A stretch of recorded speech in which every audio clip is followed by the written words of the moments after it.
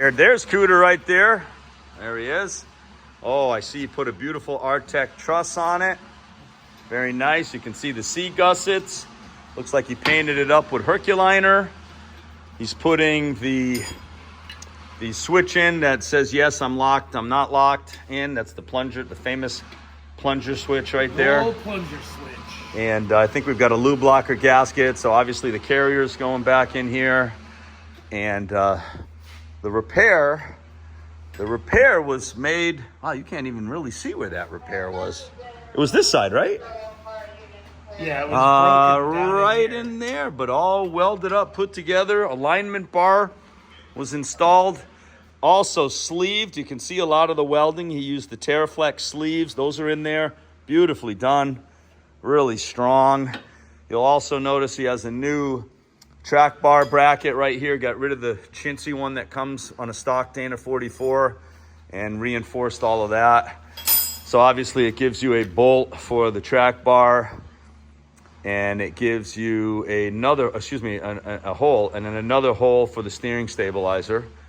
So are those some new gaskets that you installed? They look brand new, right? So he's got some new inner seals, I should say. I don't know if they were Spicer. It's whatever he got me. So anyway, just a few little things today, and then we'll move it to the front of the vehicle and get this front axle installed. All right, Chris, I'm at Cooter's. Yep, so here's the axle mic repaired. This is the Rubicon locker. You can see I got the bearing cap, the proper shim on that side. So what we have to do, see this plunger switch right here? That needs to be pulled out. We take like a toothpick or a match, and we pull it out. We put that in there. We run a string through. Then we put the carrier in. Then you pull the string, and then that little plunger sits behind this little plate right here. And basically that's what tells the Rubicon that yes, I'm locked, or no, I'm not locked. So anyway, we're gonna have a good day today. Then once the carrier's installed and the diff cover, then we'll be throwing it into the front of this Jeep. Mike's got a brass punch. Obviously the bearing caps, the shims, lining her up. So as you know, we've been down this road before. So the plunger is actually held out. Once this flat disc gets behind the plunger, then you pull the string, then the plunger sits on it, and that just says, yes, I'm locked, no, I'm not locked. Okay, so you can see the bearing caps are in. Match up the letters, left, left, right, right, no big deal. Work the wire through. This will plug into the pass-through connector. This is a very soft metal. It goes in there and it stops the solenoid from spinning. As you tighten it, it's very common for this just to kind of bend and go into place. No big deal. It's a very soft metal. Now, I'm going to zoom in. You can see the plunger. See the plunger? Now. Okay.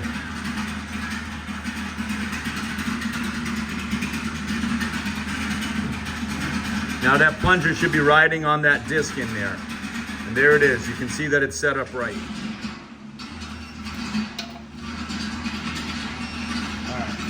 All right, so let's come around and take a peek. 85 foot-pounds. You can see the detent is installed in there, no problem. Everything looks great. The plunger is set up nice. You can see it's on the other side of that flat disc, I guess we'll call it. And that basically, when this gets activated, that metal, like large washer comes over this way, and it locks the dogs in there, and the locker's on, and that's just your switch. But yeah, this is good, easy peasy. We got a lube blocker gasket for a Dana 44. Justin chose to buy a brand new Terraflex front diff cover, armored. We'll get that on, and then she's going to be ready to go back in the Jeep here.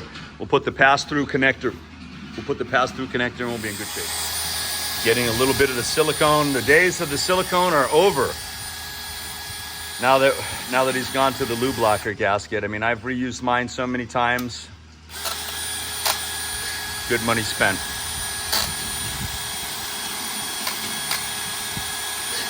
Just cleaning up the mating service.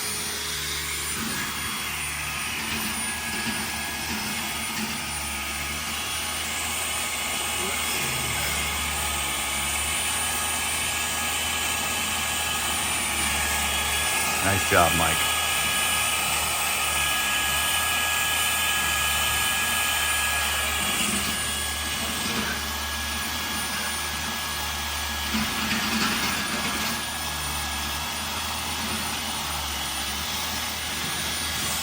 Do we need to put that pass-through in before we... 6 and 1, doesn't matter. We can easily go in after we put the cover on. Just gonna click in there, and then we'll put that little 8 mil Allen. Very nice. Yeah, so let's take a look at this. So you see the TerraFlex writing right here, 20 foot-pounds on the Allen cap screws all the way around, lube locker gasket. So TerraFlex gives you this big inspection port. Look at this thing. So if we go over here, you see you get a nice plug with a gasket on it. And that's how we'll actually pump in our 80/90 oil. So the pass-through connector is connected. I'm gonna tighten this bolt up right here, and the front diff will be in the go position. Very nice. We'll throw some oil in it, and it'll be ready for install on the JK. Okay, the axle shafts have been reinstalled. 13 millimeter head bolts right here. These get torqued to 100 foot-pounds. You can see that this one's in. I'm gonna, obviously you want the ABS sensors pointing forward, and you'll notice that the dust shield is intentionally not installed.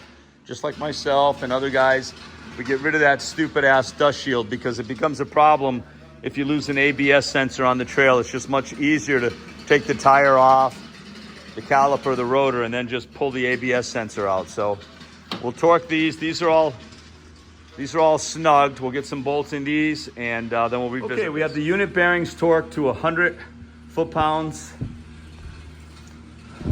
Obviously, we never took the axle nuts off, so that's fine. That looks good. Gonna start adding 1.3 quarts. I run 80/90. Justin bought 75/90 Abilene. We'll start pumping in 1.3 quarts of oil on the front diff. Both unit bearings have been anti-seized. You can see the ABS sensor faces the front. 100 foot-pounds on the unit bearing bolts. 7 foot-pounds on the big inspection cover. The fluid level 1.3, looking good. Very nice. Okay, here I am under Justin's Jeep. Unfortunately, he did a lot of undercoating, and the whole damn thing is all freaking slopped up with oil. It's a very messy Jeep to work on, but really happy with this. So you can see the front axle is tented, you know, it's in a proximate location. We're gonna lower the lift, bring the vehicle down, get the uppers connected. We'll connect those control arms. I mean, we got some work ahead of us here, but easy peasy. Axle has been completely rebuilt, strengthened, new gear oil, new lube locker gasket, new armored front diff. Mike put the alignment bar through it. This thing is dead nuts. A great repair. So I think Justin's gonna really be happy with it. And that's where we are. So here we go. Time to reinstall that axle. Right. Yeah, lower shock bolts are ready. Yep. All right, so we have the lower control arm, upper control arm bolts through. Very nice. Looking good. We're gonna put the shock bolts through next. I'm actually pretty close. Now, which bolts are those? And then front drive shaft. I can start setting up the front drive shaft. So the shock bolts are through, upper and lower control arms, end links are left. Very nice. You can see the drag link and the tie rod are sitting right here. Yeah, I'll probably start looking at connecting that front drive shaft right there and get that thing hooked up to the yoke. Well, here we are, the big trenching tool here. We got a lot going on at Cooter's Garage today. Look at this freaking thing. Beautiful trench it just cut. Mike's getting ready to power up the shed. Nice little unit right here. All right, so the drive shaft, 15 mil. I'll look up the torque spec on them. A little blue Loctite, no big deal.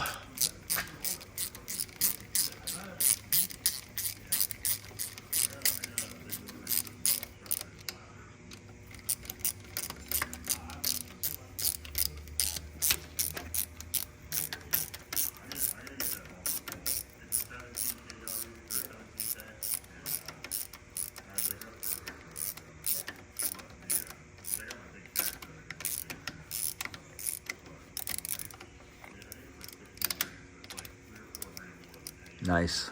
All right, I'm on the passenger side, but the driver's side brake line just freaking sheared off and started leaking.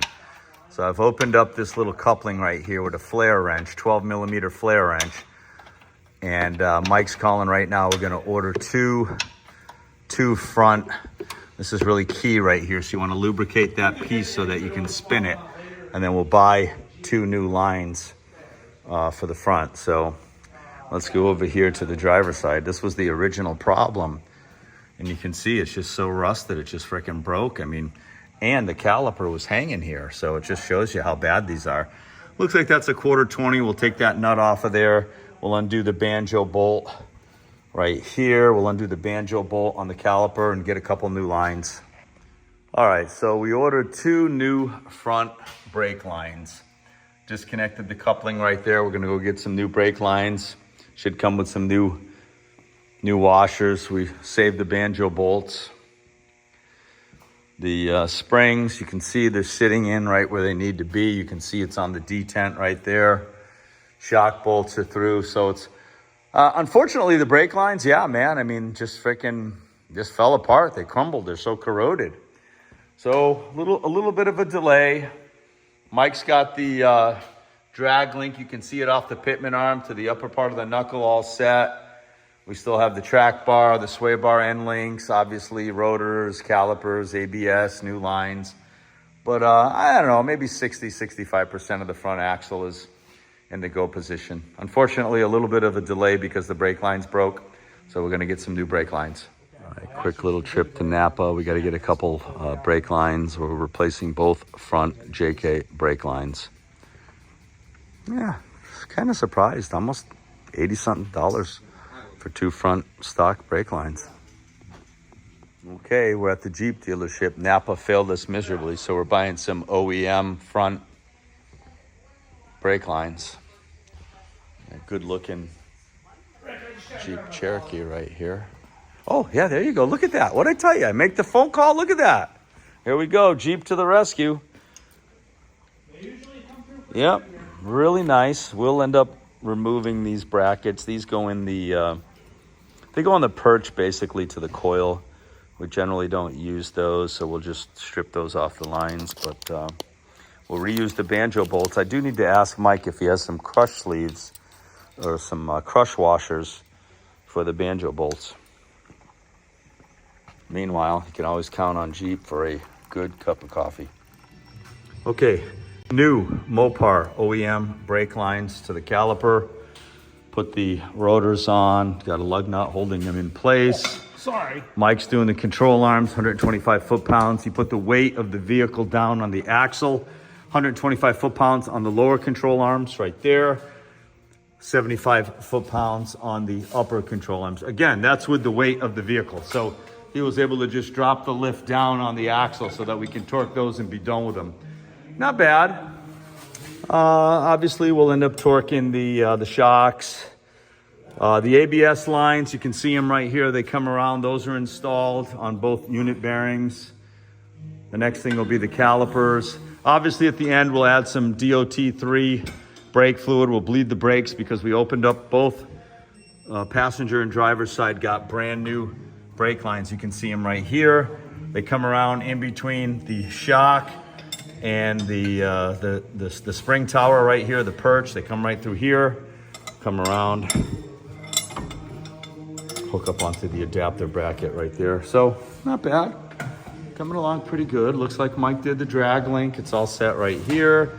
Sway bar end links still need to be done.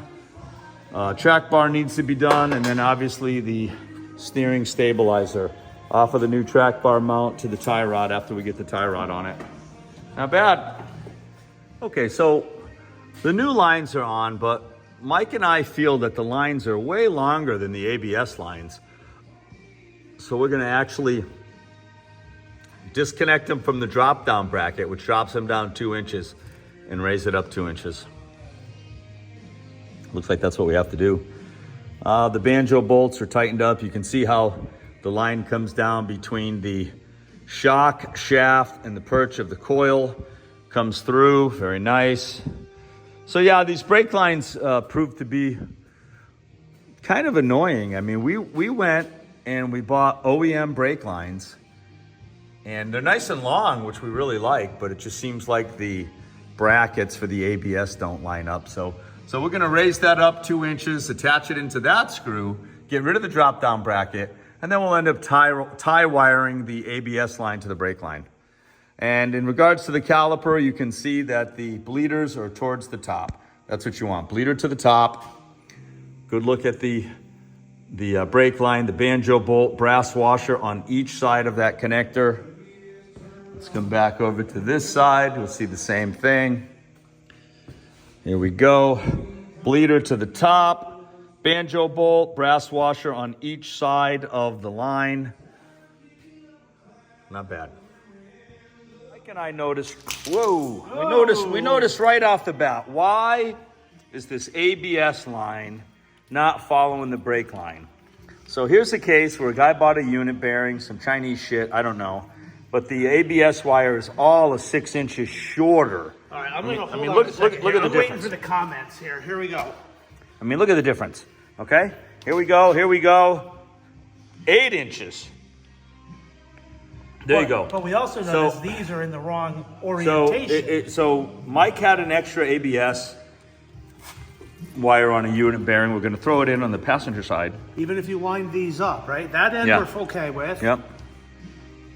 On his, the And then one we're that gonna- came off, this bushing is gonna not get even a- on the right way. This one is. Gonna get a brand new ABS line for the driver's side. So, all right, the long one's going in. Folks, so emphasizing if you have the right length ABS sensor, look at the grommets all lined up nice. There we go, look at that, right there, up through there, and then the connector behind the tower. So apparently there was some kind of aftermarket unit bearing on this Jeep.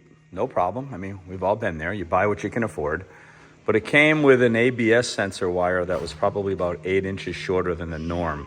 So it really just freaking hamstringed this OEM brake line, and it was just really too short. So Mike sacrificed. He had a Spicer unit bearing. He sacrificed the ABS sensor, and now we got to get to a dealer and get another ABS sensor for the other side that's longer. So I'll remove the driver's side. Okay, 2 shitty short ABS speed sensor wires. I mean, again, they work, but they're too short. They're 8 inches too short. So if you look at, we just installed the right one, you can see that the rubber grommets all line up with the brake line, and you end up with a nice install. So we're trying to find, we may have to buy an entire new unit bearing, which, as you know, comes with the new ABS line. So anyway, small delay, kind of annoying. But we got to nip this in the bud and get it right. All right, so that's your stock tie rod. Obviously, what we're going to do is we're going to reverse it and put the steering stabilizer on the top side of the tie rod. So we're going to split this, rotate it, and bring it to the top. Okay? That's a stock tie rod on a Jeep JK. We're going to do a little spin move on it, and then we'll get that tied in across. The track bar right there is going to go into that hole, and then we'll take a bolt, and the steering stabilizer will be on this side of the track bar relocation bracket, then come across like this and clamp onto the tie rod. All right, you can see Mike loosened up that stock tie rod bracket for the steering stabilizer. Using a couple of vice grips, going to spread it open a little bit so we can rotate it. Maybe. This is a test of manhood. Oh yeah. Should be plenty. Wow. Don't say that, I'd be bleeding. Wow. Good thing Dwayne's not here. Dwayne would be having like nightmares watching this.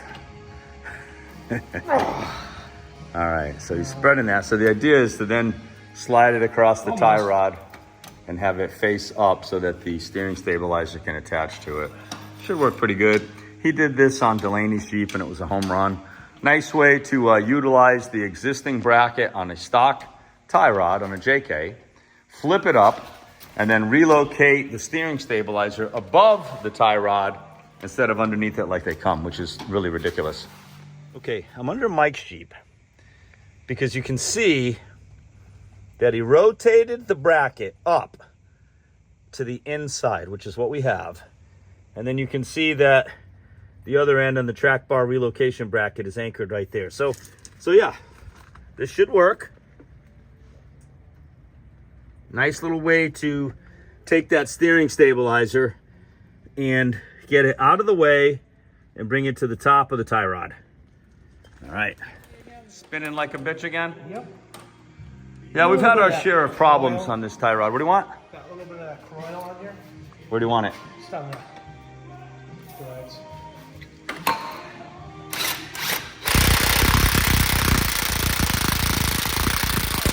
The joint is spinning, but we do have the steering stabilizer bracket. Let's get this side. We can get this side. I'll wire brush it. I'm gonna Yeah. die over it if I have to. Let me lift that tie rod up. Okay. It's doing the same damn thing, Rick. What? It's freaking junk on this Jeep. Okay, here we are at Auto Advanced, and they have a couple of them. We obviously want to match up. These are good ABS sensors, but they are definitely 8 inches too short. So we think that there was some kind of aftermarket unit bearing put in, and this is what came with them, and they're just too short. Not even close. See, this is supposed to be turned around the other way. Yeah, it's all messed up. This should be over here. It should go the same direction as that. Okay, good luck here at Advanced. They have the 878. they have the CarQuest has the longer ABS sensor, so we're picking up a couple of them. All right, driving back from Advanced Auto with 2 new ABS sensors that just happen to be 8 inches longer than what we took out. So clearly someone put some unit bearings in there, probably came with the sensors, and the sensors were just too short. So we made a nice correction, heading back to Cooter's garage. We'll get that ABS sensor in on the driver's side, get the caliper put on, torque it down, work on the steering stabilizer. We got to bleed the brakes. We got to put the track bar together, and then we'll be in business. Stay tuned. Okay, we just bled the brakes. We got brand new brake lines, brand new ABS sensors. We just bled the brakes. Yeah, probably about 18 times on each side. Checked it. No leaks, looking good, good firm pedal. All right, so that's another step in the right direction. So the last thing should be get some tires on this thing, get that track bar in location, get that torqued down in the steering stabilizer, and take it for a ride. So we're close, about 90% there. All right, Mike and I just threw the tires on. We gunned them down. We still got to torque them. But now you'll notice Mike has put the weight of the vehicle down on the wheels, and our next point of action is to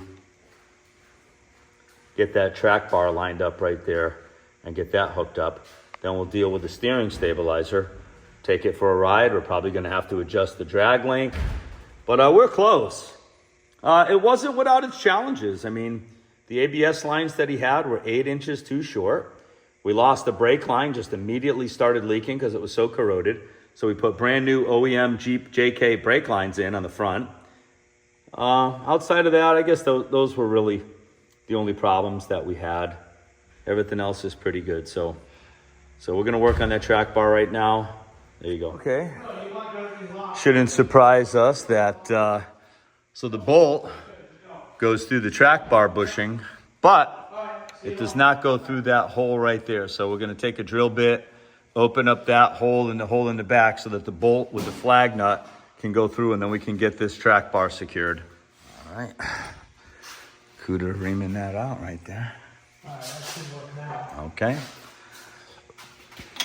Yes, sir. Good job. Yeah. Okay. So Mike is, let's get some light in there on that. So basically he reamed that hole out right there. He measured. He knows exactly. We've got it centered. I don't know, 1.5 inches on each side. He had a big 4-foot level.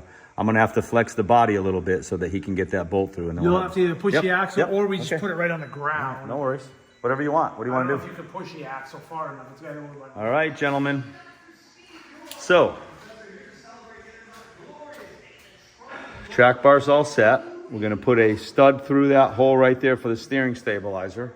It'll come across. You can see that we reversed The stock bracket on the stock tie rod lifted the steering stabilizer up. So we'll go from there right across to here. That's the last piece of the puzzle. Then we take it for a ride and see how it performs, adjust the drag link as needed. But all in all, pretty happy with it. It had its challenges, but oh, the other thing too is we got to torque these tires. We'll torque these to 110 foot-pounds and we'll be all set. It's working.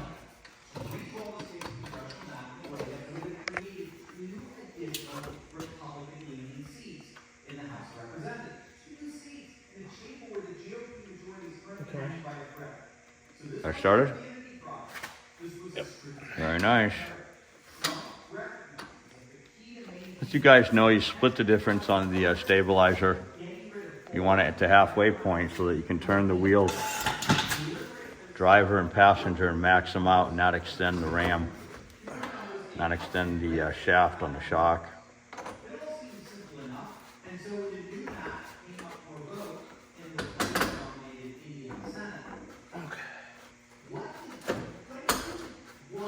Now that should put that at that looks- 17 and a half inches. That looks pretty damn good. By my measurement. I know I pulled it out a little bit. Yeah, we can crank that down. Yeah, 17 and a half, right? Well, Center to center. Beautiful, right there. We'll nail that. We'll gun that bracket down, and we got this thing.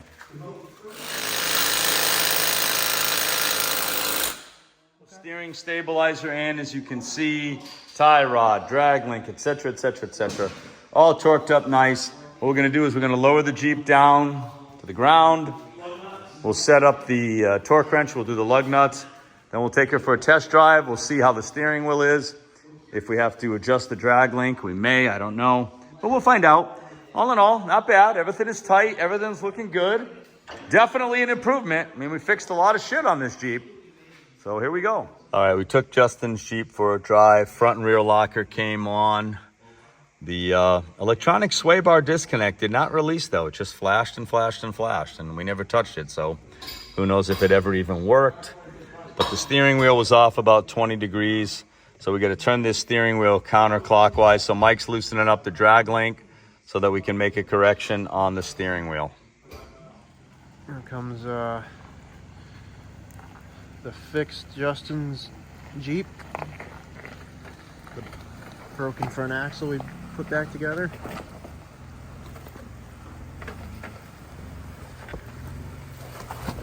Yeah. Nice and easy. Turn a little passenger. There you go, crawl. There you go, straighten out. There you go. Oh, that wasn't bad at all. That wasn't bad. Crawl's pretty good. It did. Not bad. Let me go up here and turn around.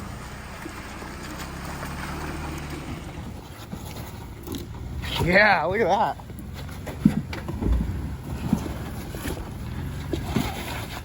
Thing's pretty capable. Holy smokes. Freaking thing did awesome. Just walked right over that. Yes, walked it. Wow. Another chance over the rock pile.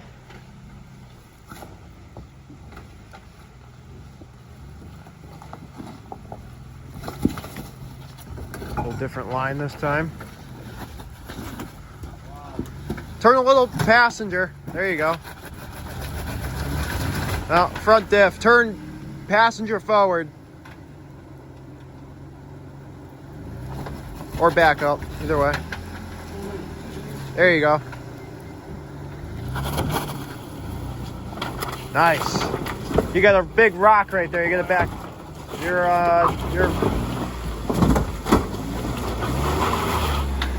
You're turtled. You just rolled a big. You got a big. Okay, so Justin's Jeep, several trips around the block, adjusted the drag link to get the steering wheel centered, took it over the rock several times, crawled like a beast. Sway bar disconnected perfectly, front, rear lockers, no problem. Ship it. All right, Recon Jeeper, out. Been out here now all